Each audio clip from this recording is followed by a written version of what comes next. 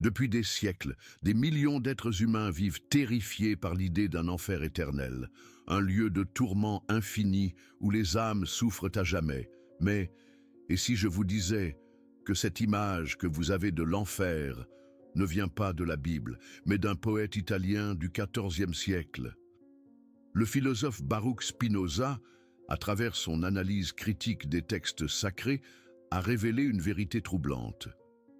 Le concept moderne de l'enfer a été littéralement inventé par Dante Alighieri dans sa Divine.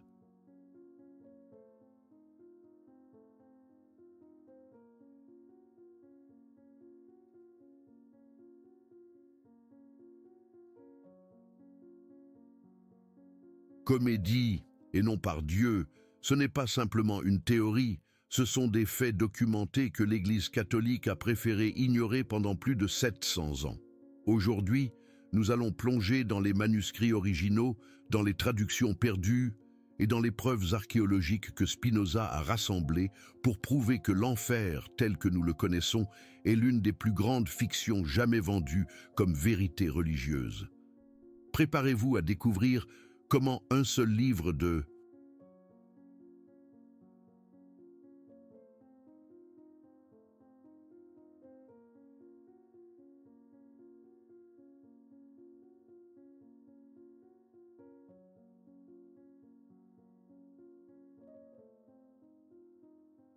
fiction s'est transformé en base théologique d'une doctrine qui contrôle la vie de milliards de personnes. Nous allons commencer par les textes originaux hébraïques et grecs, où le mot « enfer » n'existe tout simplement pas sous la forme que nous connaissons. L'Ancien Testament, écrit à l'origine en hébreu, utilise le mot « Sheol » pour désigner le lieu des morts. Spinoza, dans son œuvre Traité théologico-politique de 1670, démontre par une analyse philologique que Sheol signifie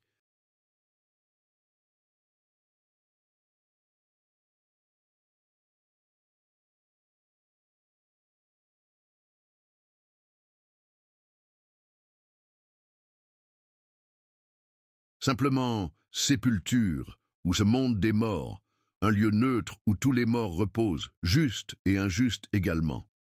Le mot Sheol apparaît 65 fois dans l'Ancien Testament hébraïque. Dans aucune de ces occurrences, il n'y a la moindre description de feu, de tourments éternels, de démons ou de punitions. Au contraire, le Sheol est décrit de manière constante comme un lieu de silence, d'obscurité et de sommeil. Le livre de Job, chapitre 14, verset 13, est clair. « Que je fusse caché, ô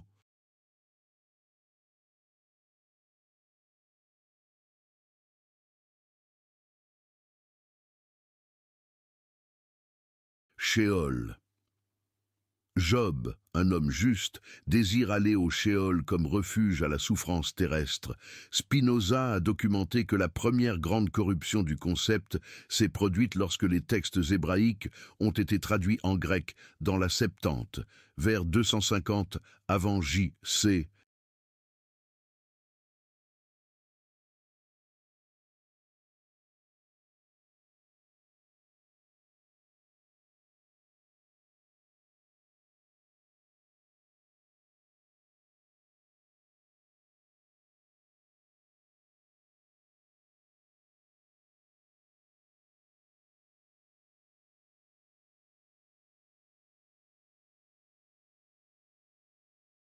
Les traducteurs juifs d'Alexandrie ont utilisé le mot grec Hadès pour remplacer Sheol.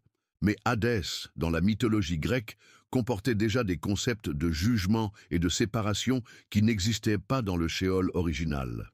Lorsque Jésus parle de l'enfer dans les évangiles grecs originaux, il utilise principalement deux mots, Hadès et Géhenne. C'est ici que la manipulation historique devient évidente. La Géhenne n'était pas un lieu mystique de tourments éternels.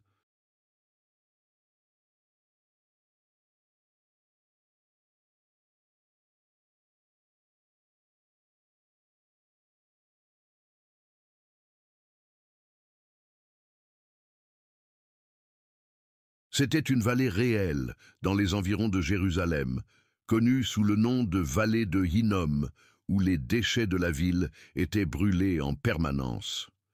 Spinoza cite des documents archéologiques qui prouvent que la Géhenne était littéralement la décharge de Jérusalem, où les corps de criminels étaient parfois jetés. Le feu brûlait constamment, mais il n'y avait rien de surnaturel là-dedans. C'était simplement une gestion sanitaire urbaine. Jésus, lorsqu'il parlait de la Géhenne, utilisait une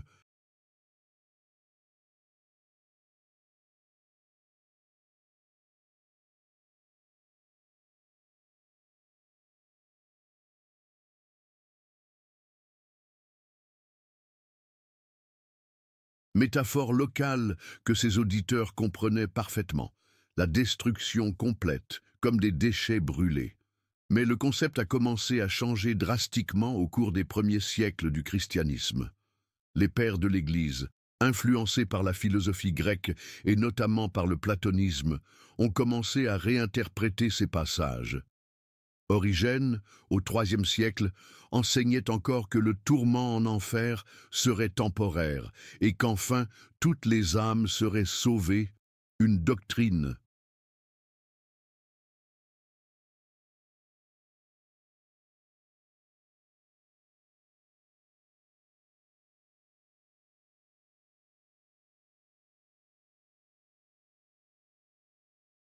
appelée apocatastase. C'est Augustin, au VIe siècle, qui a été le premier à systématiser l'idée de punition éternelle. Mais même Augustin n'avait pas une description vive et détaillée de l'enfer. Ces descriptions sont vagues, philosophiques, axées sur la séparation de Dieu et non sur des tortures physiques spécifiques. Spinoza démontre que pendant plus de 1000 ans après le Christ, il n'existait pas d'image unifiée et détaillée de l'enfer dans la théologie chrétienne. Différentes traditions.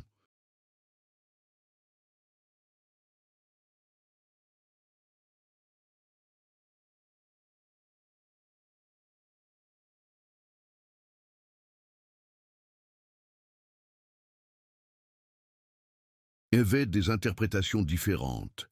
Certaines suivaient Origène et croyaient à une punition temporaire.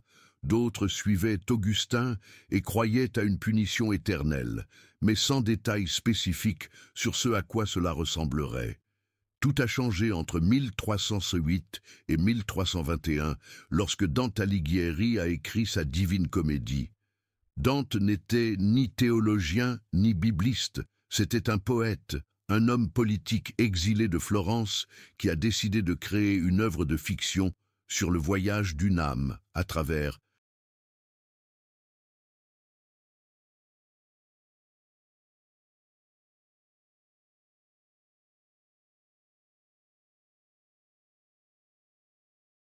l'enfer, le purgatoire et le paradis.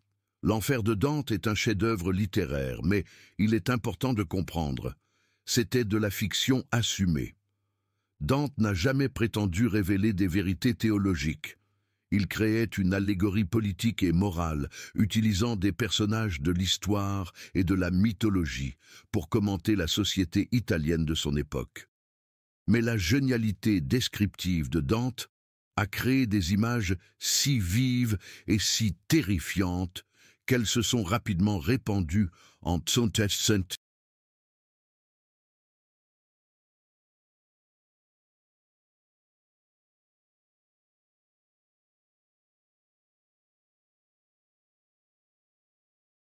Europe, il a décrit 9 cercles infernaux, chacun avec des punitions spécifiques pour différents types de péchés. Il a créé le concept de punition qui s'adapte parfaitement au crime, la loi du contrapasso. Mais la popularité massive de l'œuvre et son utilité comme outil d'évangélisation ont surpassé la résistance théologique. En 1555, l'Église place la Divine Comédie sur l'index Librorum Prohibitorum, la liste des livres interdits, non pas pour hérésie,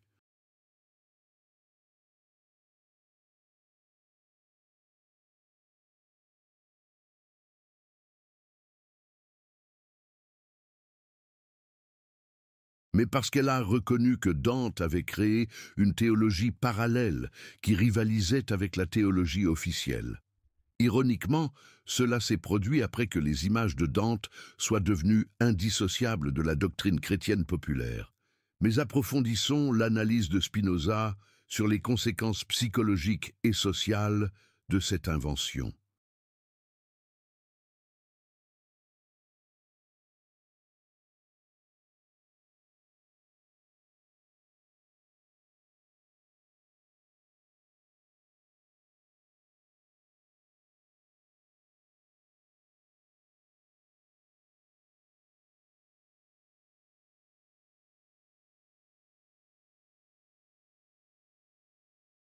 Dans son éthique, Spinoza soutient que la peur de l'enfer éternel est l'une des formes de contrôle mental les plus efficaces jamais conçues. Contrairement aux peurs naturelles, qui sont limitées et spécifiques, la peur de l'enfer est infinie, inéluctable et totalement invérifiable. Une personne peut surmonter sa peur des lions en évitant les endroits où il y a des lions. Elle peut surmonter sa peur de la pauvreté en travaillant et en économisant.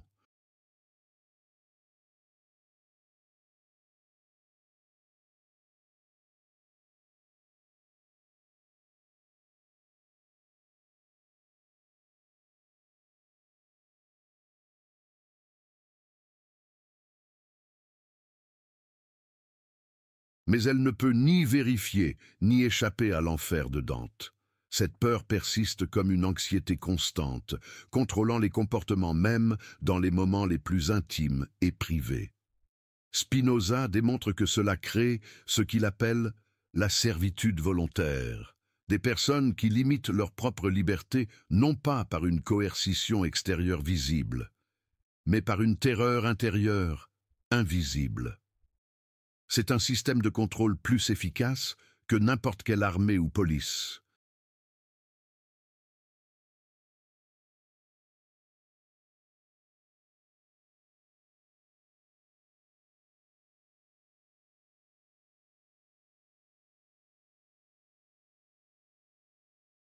Car il opère 24 heures sur 24 dans l'esprit des contrôlés. Les preuves archéologiques et textuelles que Spinoza a rassemblées sont dévastatrices pour l'authenticité biblique de l'enfer dantesque. Il a examiné des inscriptions chrétiennes des premiers siècles et a découvert qu'il n'y a aucune référence à un feu éternel, à des démons tortionnaires ou à des punitions spécifiques avant au moins le XIIe siècle.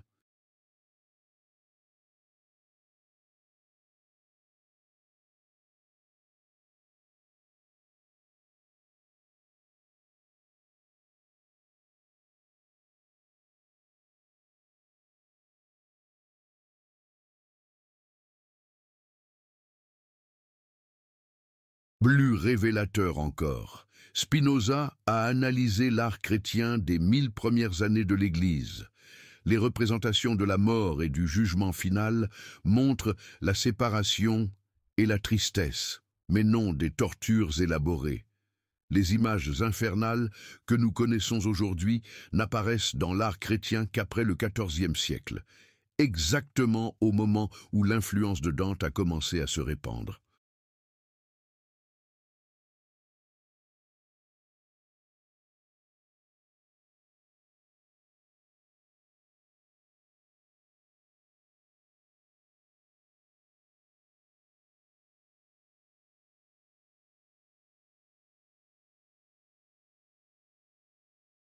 Dans des villes comme Rome et Constantinople, où le christianisme primitif a laissé plus de preuves archéologiques, Spinoza a trouvé des catacombes chrétiennes avec des milliers d'inscriptions funéraires. Ces inscriptions, écrites par des chrétiens des premiers siècles qui ont vécu plus près de l'époque de Jésus, parlent de sommeil paisible, de repos éternel et de rencontre avec le Christ. Aucune ne mentionne le feu, le tourment ou la punition éternelle.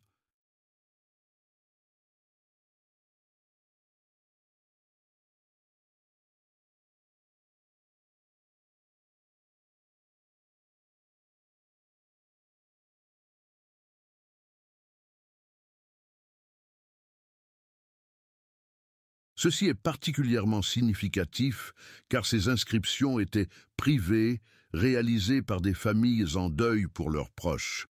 Si les premiers chrétiens croyaient vraiment à l'enfer de feu éternel, il y aurait certainement des preuves de cette peur ou de cet espoir de l'éviter dans leurs propres paroles sur la mort. Spinoza a également documenté comment différentes traditions chrétiennes ont développé des concepts complètement différents sur le destin après la mort.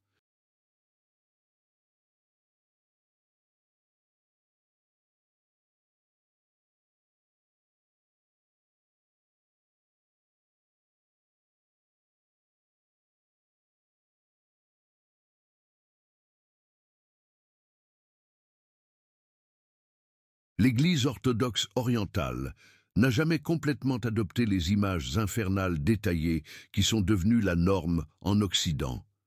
Ces traditions parlent davantage de séparation de Dieu que de torture physique spécifique.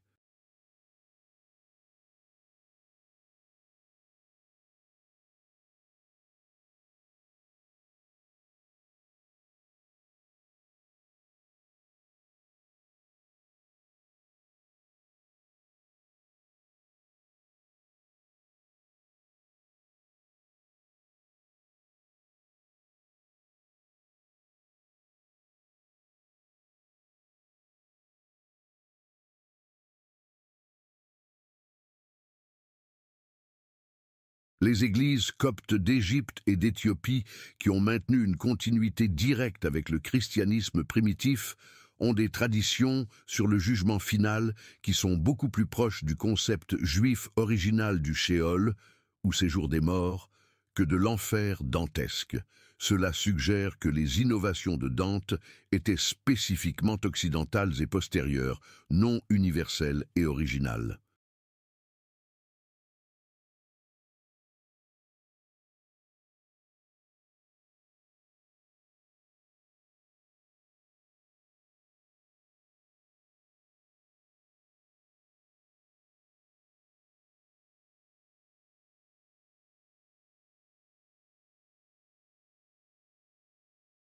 Mais la preuve la plus troublante que Spinoza a découverte se trouve dans les manuscrits mêmes de la Divine Comédie.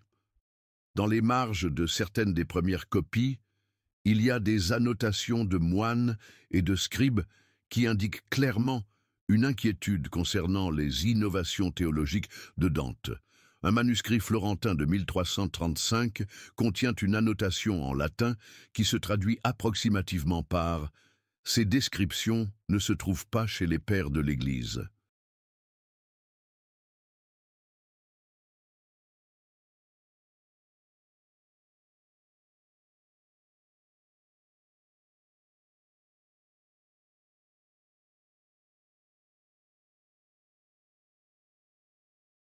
En 1374, seulement 53 ans après la mort de Dante, l'Université de Paris, centre théologique de l'Europe, a organisé un débat formel pour savoir si les descriptions de la Divine Comédie étaient compatibles avec la doctrine chrétienne. Le compte-rendu de ce débat, que Spinoza a examiné, montre des théologiens clairement divisés sur l'acceptation des révélations d'un poète laïque. Mais ce qui a scellé la victoire de Dante n'a pas été l'autorité théologique, c'est l'utilité politique.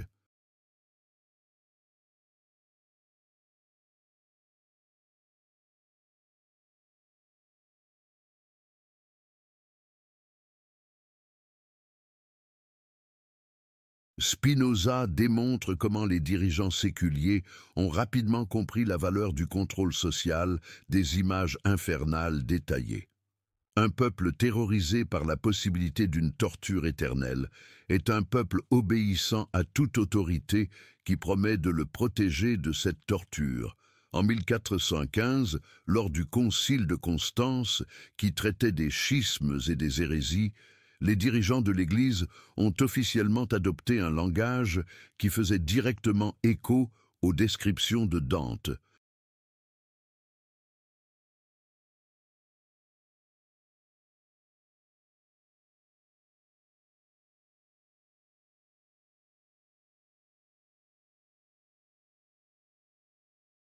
Le document conciliaire utilise des expressions telles que feu inextinguible et ver qui ne meurt pas, un langage biblique mais interprété à travers la lentille visuelle de Dante. Ce qui est particulièrement ironique, c'est que Dante lui-même, dans ses lettres personnelles qui ont survécu, n'affirme jamais avoir reçu une révélation divine sur l'enfer. Au contraire, il décrit son œuvre comme un poème sacré, de la fiction sacrée, mais quand même de la fiction.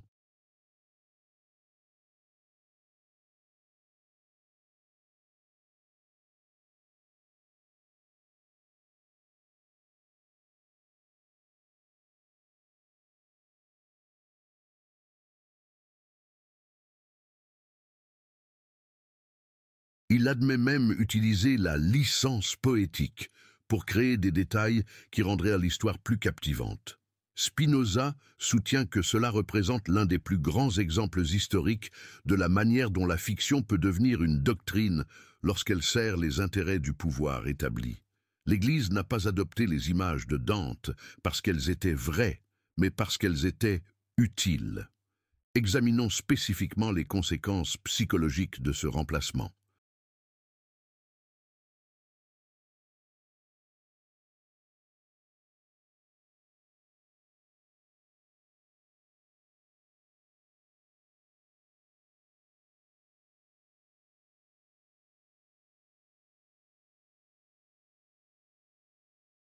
Le shéol biblique original, étant un lieu de repos neutre, ne créait pas de terreur pathologique.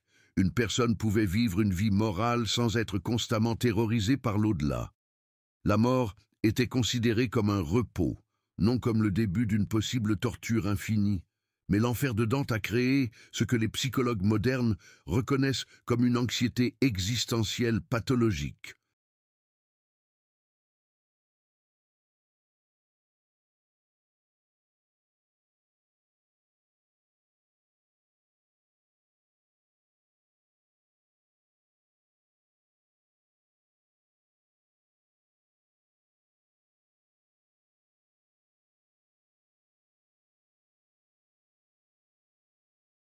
Spinoza, anticipant les concepts psychologiques modernes de plusieurs siècles, a décrit comment la peur de l'enfer éternel crée un état mental qu'il a appelé fluctuation d'humeur perpétuelle, une incapacité à trouver une paix mentale durable.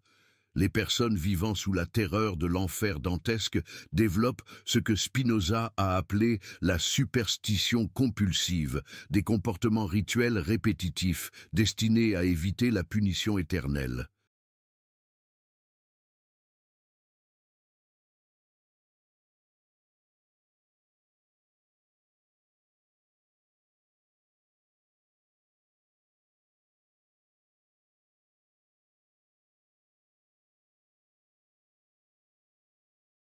Cela incluait non seulement les pratiques religieuses, mais aussi l'évitement de pensées, de désirs et même de rêves qui pourraient être considérés comme pécheurs. Le résultat, selon l'analyse de Spinoza, a été la création de générations de personnes psychologiquement mutilées, incapables de connaître une joie pleine parce qu'il y avait toujours la possibilité que cette joie soit pécheresse et entraîne une torture éternelle.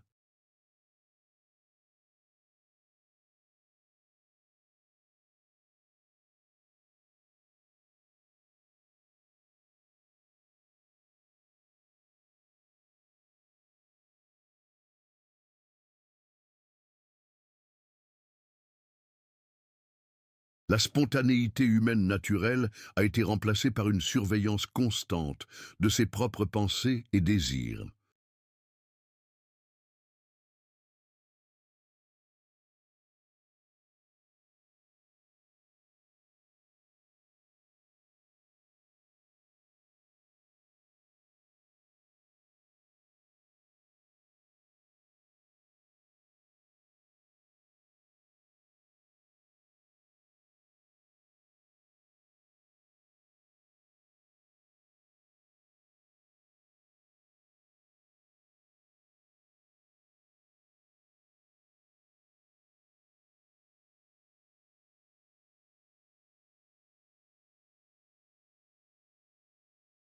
Cela explique aussi des phénomènes historiques comme l'Inquisition, lorsque les gens croient réellement que les hérésies peuvent entraîner une torture éternelle.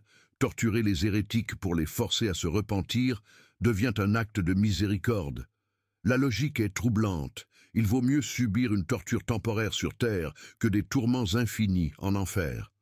Spinoza a documenté des cas précis où des inquisiteurs citaient des descriptions de la Divine Comédie pour justifier leur technique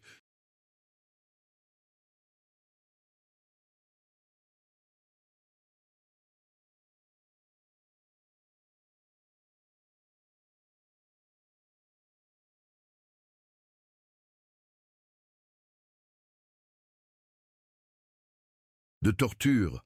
Un manuel inquisitorial de 1578 soutient qu'infliger de la douleur physique aux hérétiques est une petite miséricorde comparée aux tourments infinis qui les attendent s'ils ne se repentent pas.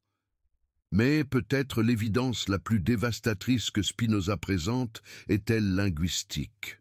Il a retracé l'évolution des mots utilisés pour enfer à travers les siècles et a découvert des schémas révélateurs.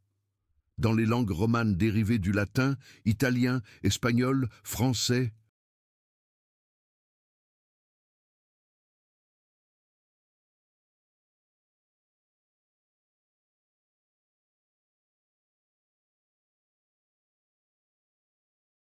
et portugais, les mots modernes pour enfer n'ont pris leur signification de torture éternelle qu'après le XIVe siècle. Dans l'italien ancien, prédante, inferno signifiait simplement lieu inférieur ou souterrain. Le mot ne comportait aucune connotation de feu ou de torture. Il en va de même pour infierno en espagnol ancien et enfer en français ancien. Spinoza démontre que la sémantique de la torture a été littéralement importée des descriptions de Dante dans ces mots. C'est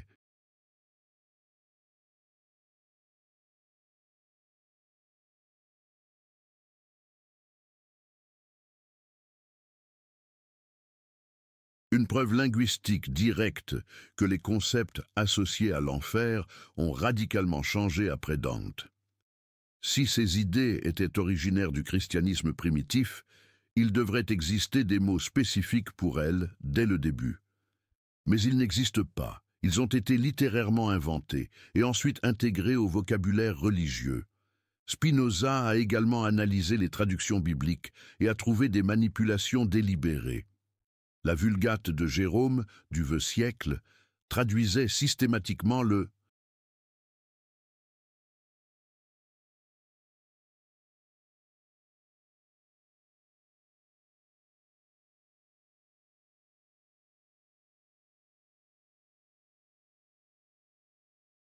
Shéol par infernus, lieu inférieur. Mais les traductions postérieures au XIVe siècle ont commencé à utiliser infernus igneus, lieu inférieur de feu. Le mot feu a été littéralement ajouté aux traductions pour qu'elles correspondent aux attentes créées par Dante. En 1611, lorsque la King James Bible a été produite en anglais, les traducteurs étaient déjà complètement sous l'influence des images dantesques. Ils ont traduit le Shéol, Hadès et la Géhenne systématiquement par elle.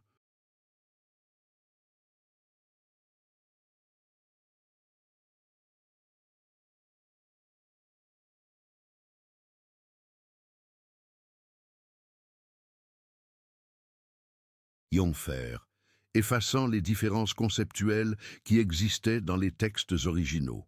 Cette homogénéisation linguistique était essentielle pour maintenir l'illusion que l'enfer dantesque était biblique. Spinoza a compilé des preuves que cette manipulation était délibérée et non accidentelle. Des notes marginales dans les manuscrits de traducteurs des XVe et XVIe siècles montrent des débats explicites sur la façon de traduire les mots liés au destin après la mort. Dans de nombreux cas, il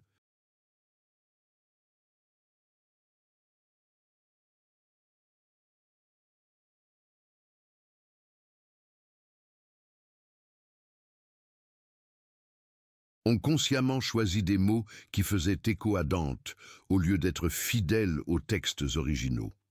Un manuscrit de 1598, préparatoire à une traduction biblique espagnole, contient une annotation qui se traduit par « Le peuple connaît déjà l'enfer grâce au grand poète. Nos mots doivent correspondre à ses attentes. »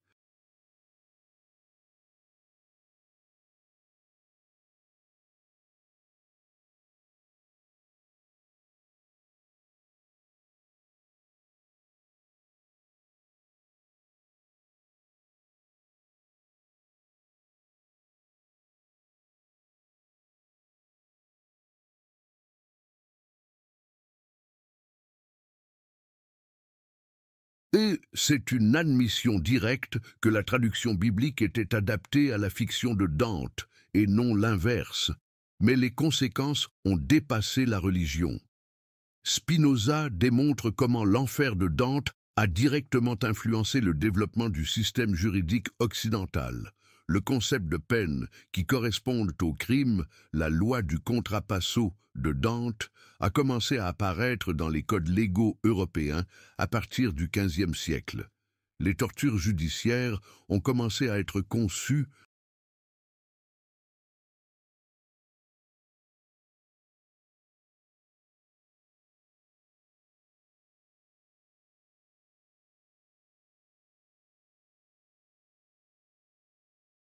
Pour refléter les péchés des accusés, exactement comme Dante l'avait décrit en enfer.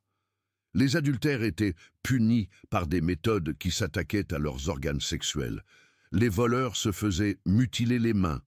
Ce n'était pas la justice biblique, c'était la justice dantesque mise en œuvre dans les tribunaux terrestres. Spinoza soutient que cela représentait une corruption fondamentale de l'éthique juridique chrétienne primitive. Le christianisme originel mettait l'accent sur le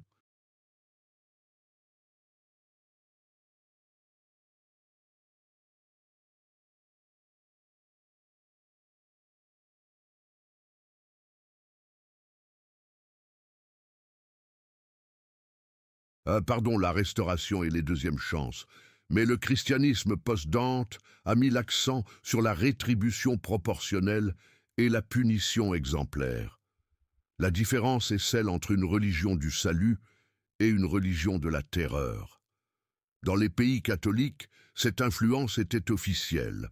Dans les pays protestants, elle était encore plus prononcée, car les réformateurs, rejetant l'autorité papale, ont fini par dépendre encore plus des images populaires de l'enfer pour maintenir le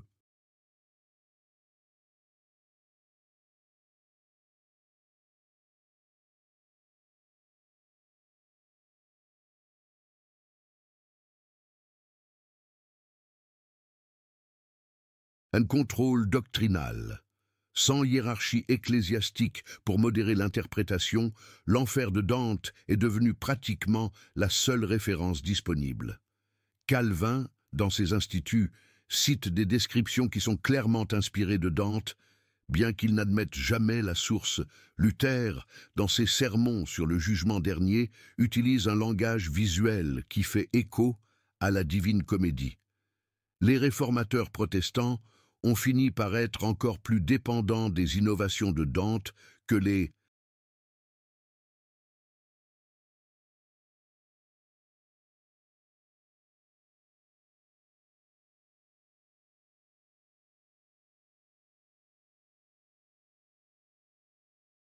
ou catholiques. Spinoza a également découvert des preuves troublantes sur la façon dont l'Église a consciemment supprimé les alternatives à l'enfer de Dante. Des manuscrits de théologiens des XIVe et XVe siècles qui proposaient des interprétations différentes du destin après la mort ont été systématiquement retirés des bibliothèques monastiques.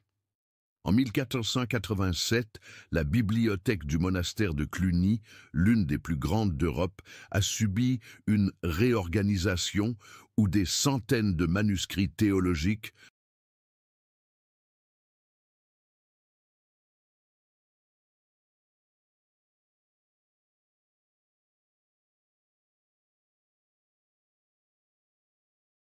ont été détruits.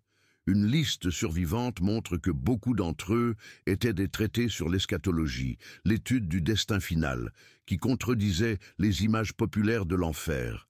Le même schéma s'est répété dans les bibliothèques de toute l'Europe. Spinoza soutient que cela représentait un effort conscient pour éliminer les alternatives théologiques à l'enfer de Dante et faire de ces images la seule option intellectuelle disponible. C'était littéralement un lavage de cerveau à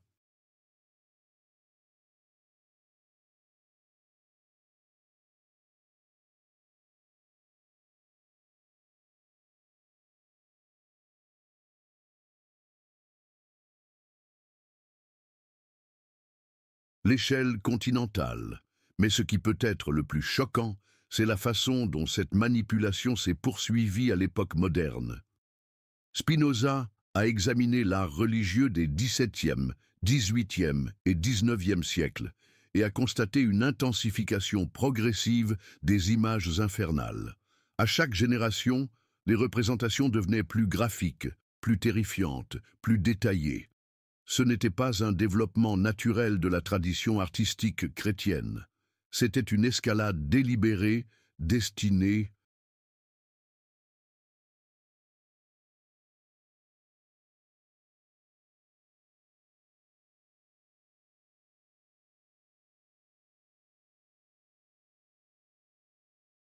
à maximiser l'impact psychologique. Les peintres étaient spécifiquement instruits par les chefs religieux de rendre leur représentation de l'enfer plus convaincante et plus terrifiante pour garantir que les fidèles restent obéissants. En 1563, lors du Concile de Trente, l'Église catholique a officiellement déclaré que l'art religieux devait servir à instruire et à émouvoir les fidèles au culte et à l'amour de Dieu. Mais des documents internes du Concile que Spinoza a examinés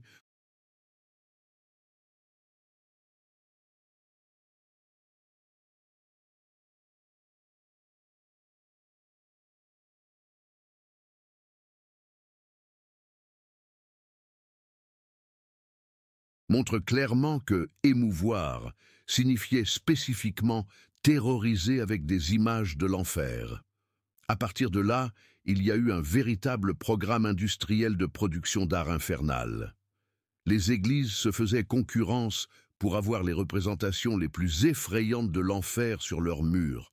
Les sermons étaient accompagnés de peintures mobiles, illustrant des tortures détaillées, un véritable spectacle d'horreur, utilisé comme outil religieux. Spinoza documente l'efficacité de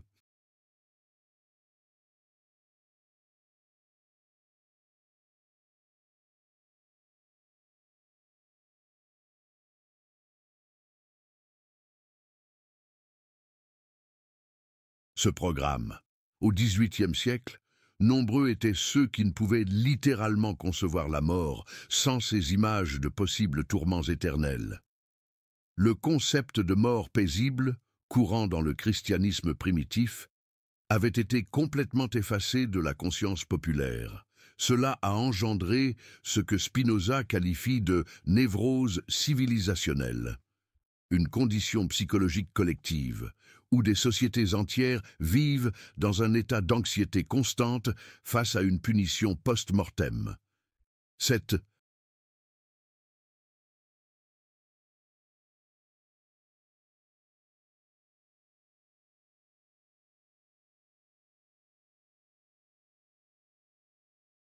anxiété, à son tour, rend les individus plus dépendants des autorités religieuses, qui promettent protection contre cette punition. Le résultat fut la création d'un cercle vicieux.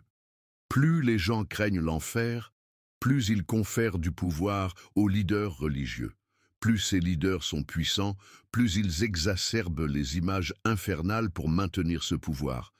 La terreur devient auto-perpétuatrice et auto-intensifiante. Mais Spinoza ne s'est pas limité à une analyse critique. Il a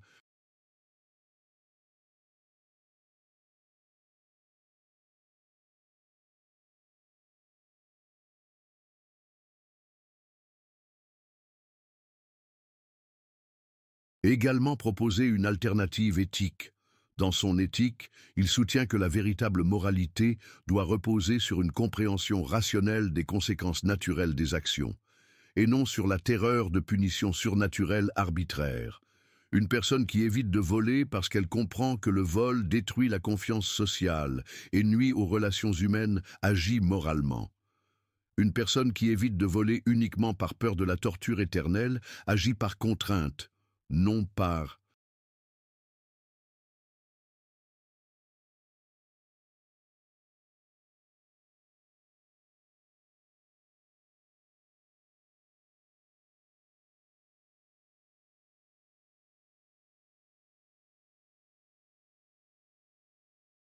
moralité. La première développe un caractère, la seconde ne développe que de la peur. Spinoza affirme que les sociétés fondées sur la terreur de l'enfer produisent une conformité extérieure, mais non une vertu intérieure. Les gens respectent les règles lorsqu'ils sont observés, mais les violentent dès qu'ils pensent pouvoir échapper à la détection. La peur de l'enfer crée une hypocrisie systématique, non une moralité authentique. De plus, l'accent mis sur l'évitement de la punition post-mortem.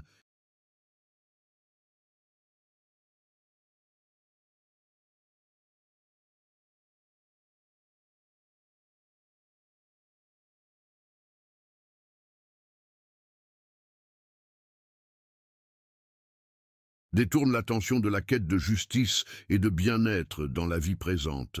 Si cette vie n'est qu'un test pour la suivante, alors la souffrance terrestre devient acceptable, pour autant qu'elle garantisse le salut éternel.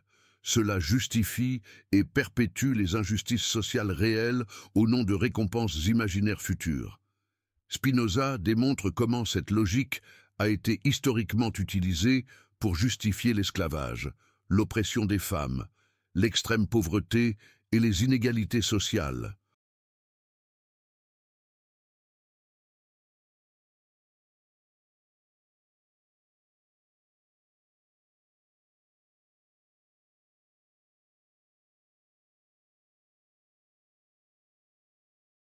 Les autorités religieuses et politiques ont systématiquement soutenu que les individus devaient accepter la souffrance terrestre pour éviter la souffrance éternelle. L'enfer de Dante est devenu un outil d'oppression sociale. Mais peut-être l'argument le plus puissant que Spinoza présente est-il d'ordre démographique. Il a examiné les registres de population et découvert des corrélations statistiques troublantes entre l'intensité des croyances infernales dans différentes régions et les taux de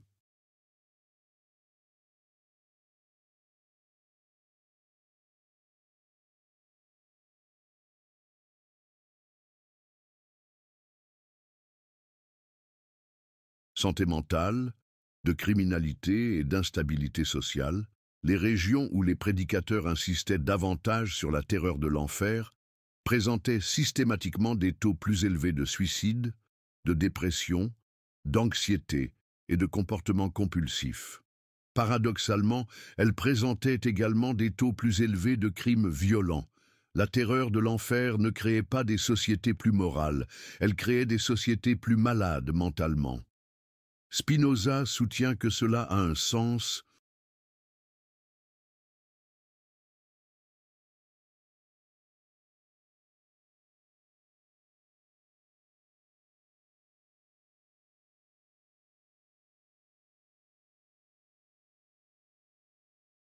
psychologique parfait. Lorsque les individus vivent dans la peur constante d'une punition infinie pour des fautes finies, ils développent des relations névrotiques avec leurs propres désirs et émotions naturelles. Cette névrose se manifeste par des comportements destructeurs, aussi bien envers eux-mêmes qu'envers les autres. À l'inverse, les régions où les traditions chrétiennes avaient conservé des concepts plus proches du shéol originel, la mort comme repos paisible, avaient des populations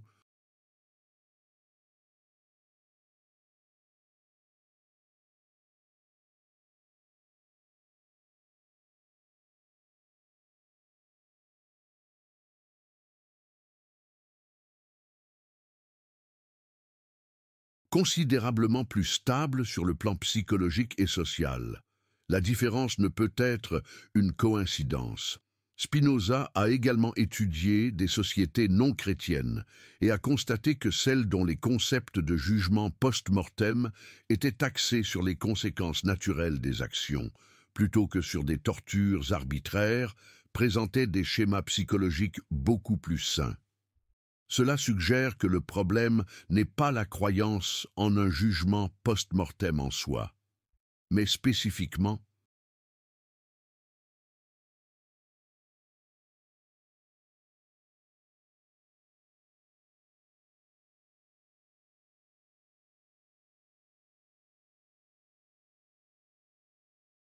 les images extrêmes et arbitraires popularisées par Dante.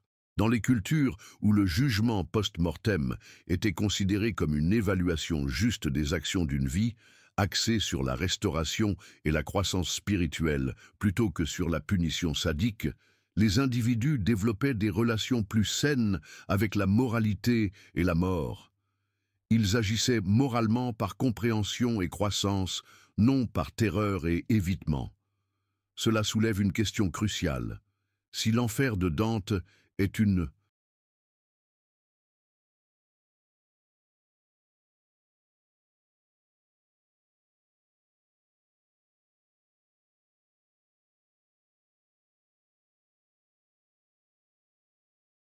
invention historique documentée, quelle était l'intention originale des textes bibliques sur le jugement et le destin post-mortem? Spinoza consacre une section entière de son traité théologico-politique à reconstituer ce que les textes originaux disaient réellement, libérés des influences ultérieures. La conception juive originale du Shéol faisait partie d'une cosmologie où Dieu était considéré comme parfaitement juste, mais aussi parfaitement compatissant. La mort était une conséquence.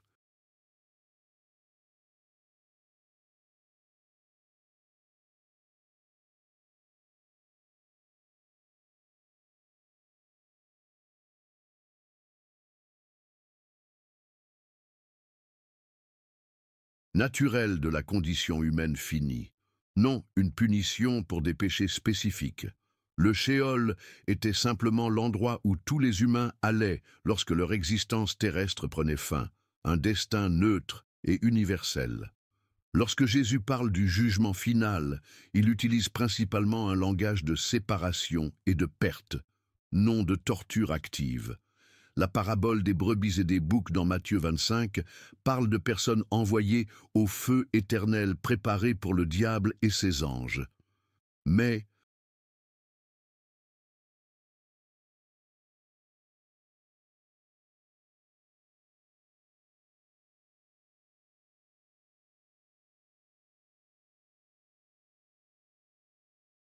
Spinoza note que c'est un feu préparé pour les démons, non spécifiquement créé pour les humains.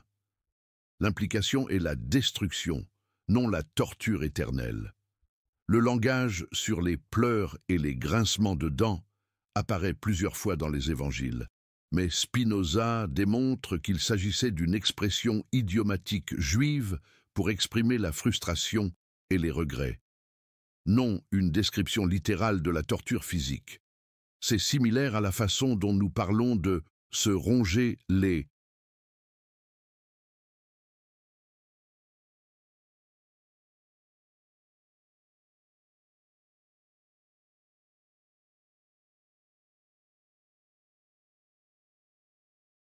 Ongle par nervosité, c'est une expression émotionnelle, non une description physique littérale.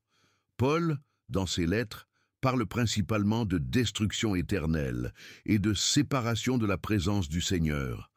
Encore une fois, le langage est celui de la cessation de l'existence ou de la séparation, non de la torture continue. Le mot grec apoleia que Paul utilise signifie destruction complète ou annihilation, non préservation pour la torture. Spinoza soutient que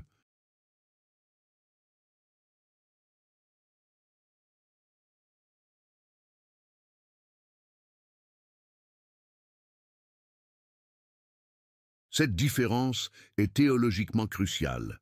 L'annihilation est une conséquence naturelle de choix autodestructeurs. Les personnes qui choisissent systématiquement de haïr, de nuire et de détruire finissent par détruire leur propre capacité d'exister. Mais la torture éternelle est une punition arbitraire infligée par une autorité extérieure, complètement différente sur le plan conceptuel. La première est la justice naturelle, des conséquences qui découlent logiquement des actions. La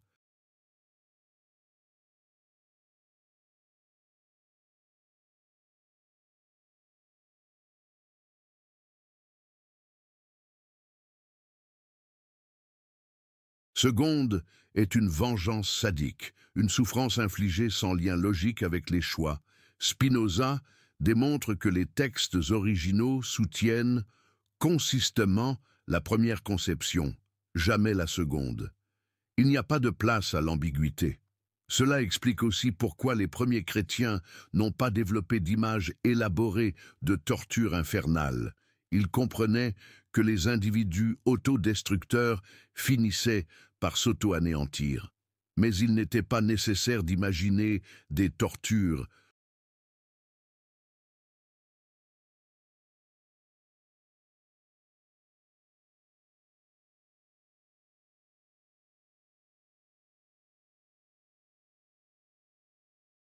Spécifique. La conséquence naturelle de l'autodestruction est l'autodestruction, simple, logique, juste.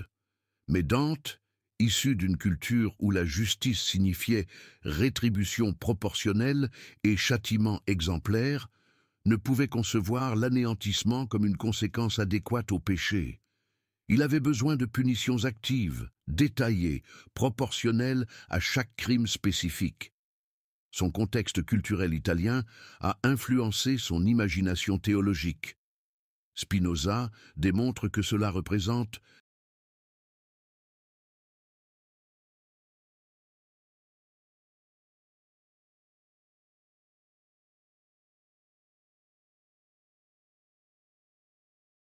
une incompréhension fondamentale de la nature de la justice divine.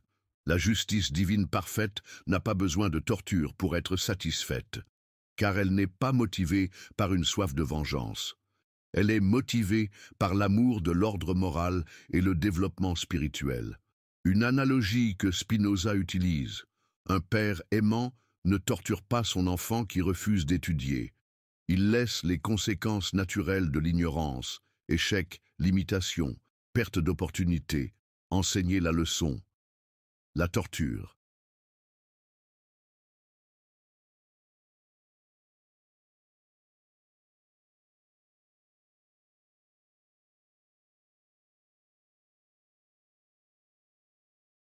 Serait un signe de sadisme paternel, non d'amour éducatif.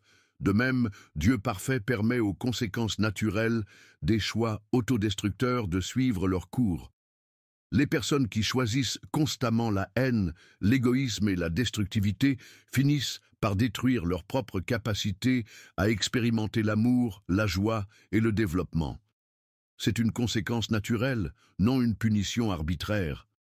Mais cette compréhension ne sert pas les intérêts du contrôle social. Une religion qui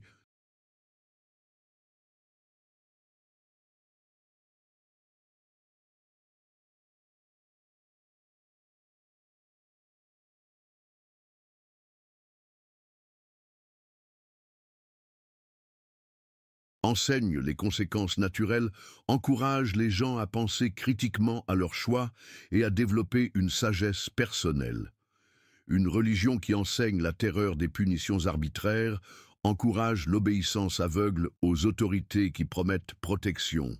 Spinoza soutient que le remplacement des conséquences naturelles par des tortures arbitraires représente une corruption fondamentale du christianisme originel. Il a transformé une religion de sagesse et de développement spirituel en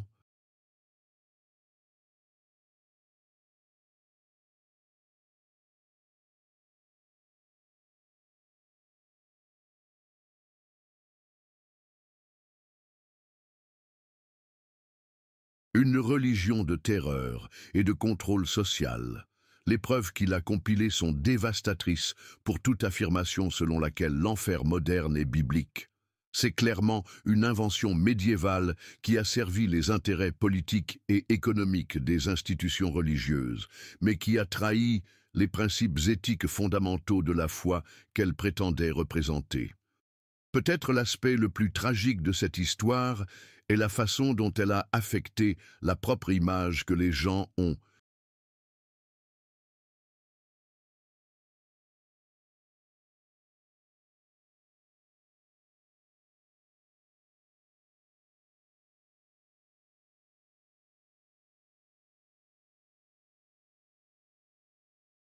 de Dieu. Le Dieu décrit dans les textes originaux, parfaitement juste mais aussi parfaitement aimant, a été remplacé par le Dieu qui permet, voire ordonne, la torture éternelle de créatures finies pour des fautes finies. Ce changement d'image a eu des conséquences psychologiques profondes. Les personnes élevées dans la terreur de l'enfer dantesque développent souvent des relations névrotiques, non seulement avec la moralité, mais avec la propre idée de la divinité. Elles expérimentent Dieu.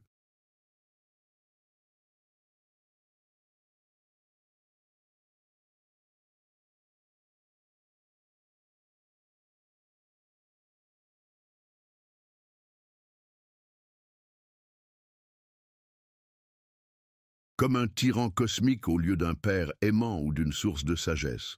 Cela crée une religiosité basée sur la peur au lieu de l'amour, l'obéissance au lieu du développement, l'évitement au lieu de la recherche.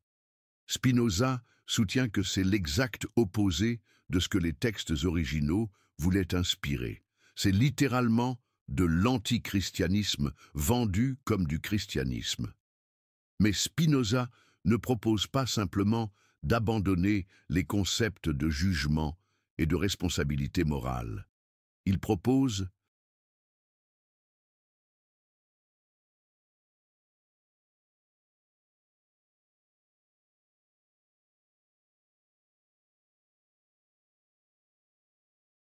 de retourner aux concepts originaux de conséquences naturelles et de développement spirituel. Une personne qui comprend les conséquences naturelles de ses choix peut développer une sagesse authentique sur la façon de bien vivre. Cette approche encourage la responsabilité personnelle sans créer de terreur pathologique. Elle encourage le développement moral sans exiger une obéissance aveugle. Elle encourage la recherche spirituelle sans générer de névrose religieuse. C'est le christianisme.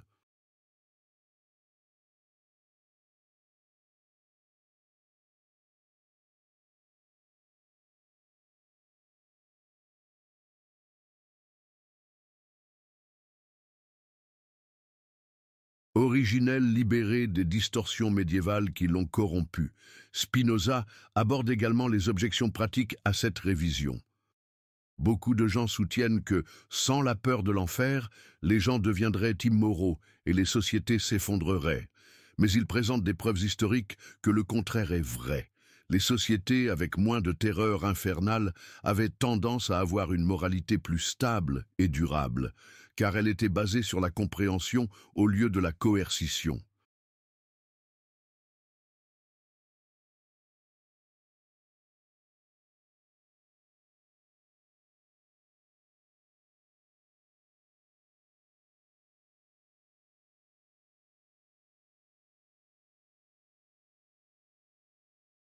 La moralité basée sur la compréhension s'auto-renforce. La moralité basée sur la peur se détériore dès que la surveillance diminue. De plus, Spinoza soutient que la peur de l'enfer produit souvent de l'immoralité déguisée en moralité. Les personnes terrorisées par une punition éternelle peuvent devenir cruelles envers les autres pour tenter de prouver leur propre pureté. L'histoire de l'Inquisition en est la preuve parfaite. La terreur de l'enfer peut également conduire à la superstition.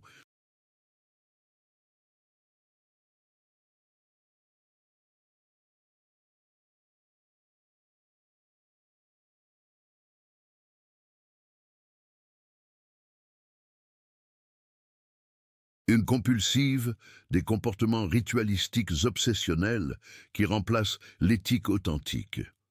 Une personne qui passe des heures dans des rituels pour éviter la condamnation, mais qui ignore la souffrance réelle autour d'elle, n'agit pas moralement. Elle agit de manière névrotique. Spinoza propose que les sociétés fonctionnent mieux lorsque les gens agissent moralement par compréhension des conséquences naturelles de leurs actions et par amour authentique pour leur propre bien-être et celui.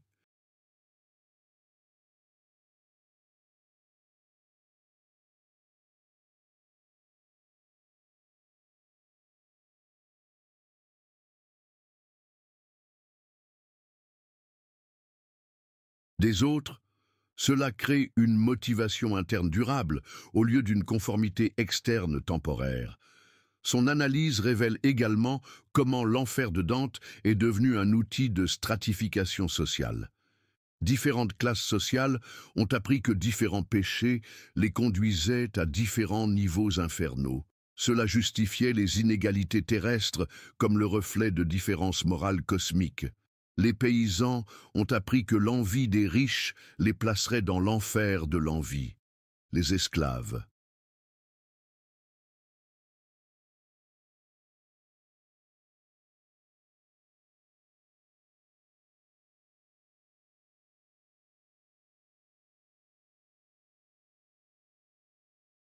ont appris que le ressentiment envers leur maître les placerait dans l'enfer de la colère. Les femmes ont appris que le questionnement de l'autorité masculine les placerait dans l'enfer de la désobéissance. L'enfer est devenu un outil de maintien de l'ordre social. Spinoza a documenté des sermons des 15e, 16e et 17e siècles où les prédicateurs utilisaient explicitement des descriptions infernales spécifiques pour décourager la résistance sociale. L'enfer n'était pas utilisé pour encourager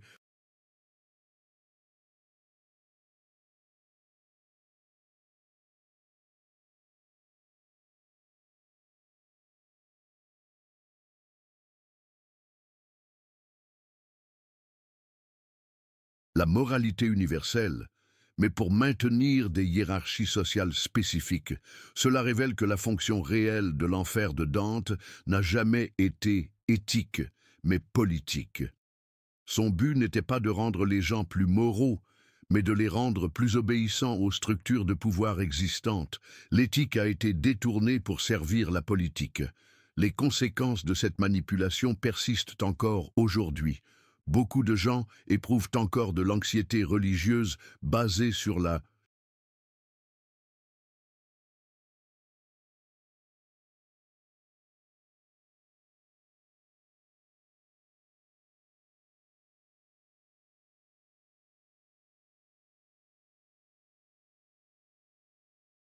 terreur de punition qui ont été littéralement inventées par un poète médiéval. Ils limitent leur vie, leurs relations et leur potentiel de développement en fonction de peurs qui n'ont aucun fondement historique dans les textes qu'ils prétendent suivre. Spinoza nous offre une libération de cette prison psychologique en démontrant que l'enfer moderne est une invention humaine récente et non une vérité éternelle. Les individus peuvent renouer avec les concepts originaux de conséquences.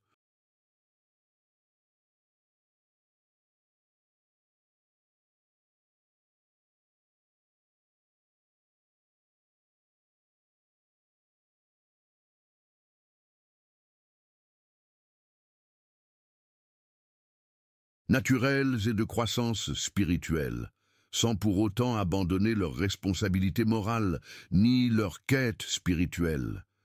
Cette libération n'est pas seulement individuelle, mais aussi sociale. Les sociétés qui abandonnent la terreur infernale peuvent développer une éthique plus mature, fondée sur la compréhension plutôt que sur la coercition.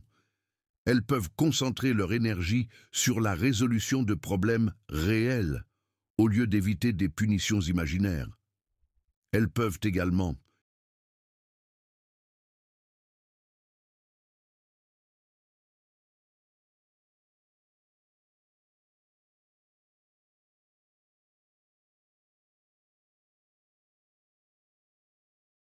Développer une religiosité plus saine, axée sur l'amour, la croissance et le service, au lieu de la peur, de l'évitement et de l'autopréservation. Le résultat serait non seulement des individus plus heureux, mais aussi des sociétés plus justes et plus compatissantes. L'analyse de Spinoza sur l'enfer de Dante est plus qu'une simple critique historique. C'est une invitation à réimaginer comment les sociétés humaines peuvent s'organiser éthiquement, sans dépendre de la terreur et de la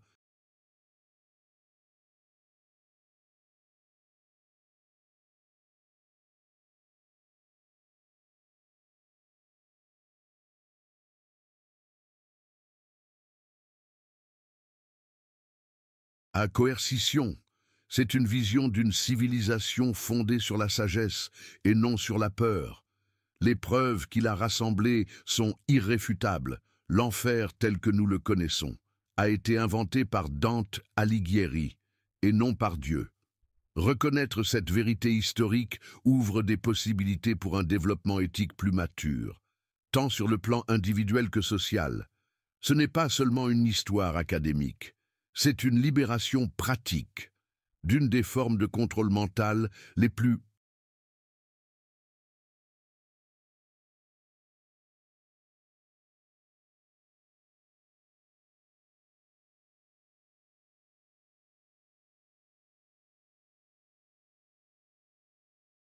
efficaces jamais développées. C'est une invitation à revenir aux racines éthiques originales du christianisme, libérées des distorsions qui les ont corrompus pendant des siècles. La prochaine fois que vous entendrez des descriptions détaillées de l'enfer, prêchées comme une vérité biblique, souvenez-vous, vous entendez la divine comédie de Dante, vendue comme une écriture. C'est de la poésie médiévale, utilisée pour le contrôle social moderne.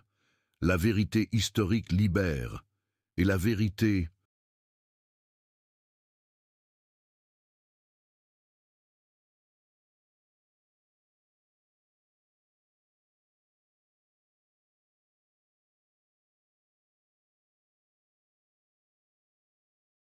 historique sur l'enfer est claire. Il a été inventé par un poète italien exilé qui voulait se venger de ses ennemis politiques et non révélé par Dieu pour sauver les âmes. Reconnaître cela est le premier pas vers un développement éthique plus mature et une spiritualité plus saine. Spinoza nous a montré le chemin au-delà de la terreur. Il nous appartient de décider si nous aurons le courage de suivre ce chemin ou si nous resterons prisonniers d'une fiction médiévale qui se déguise en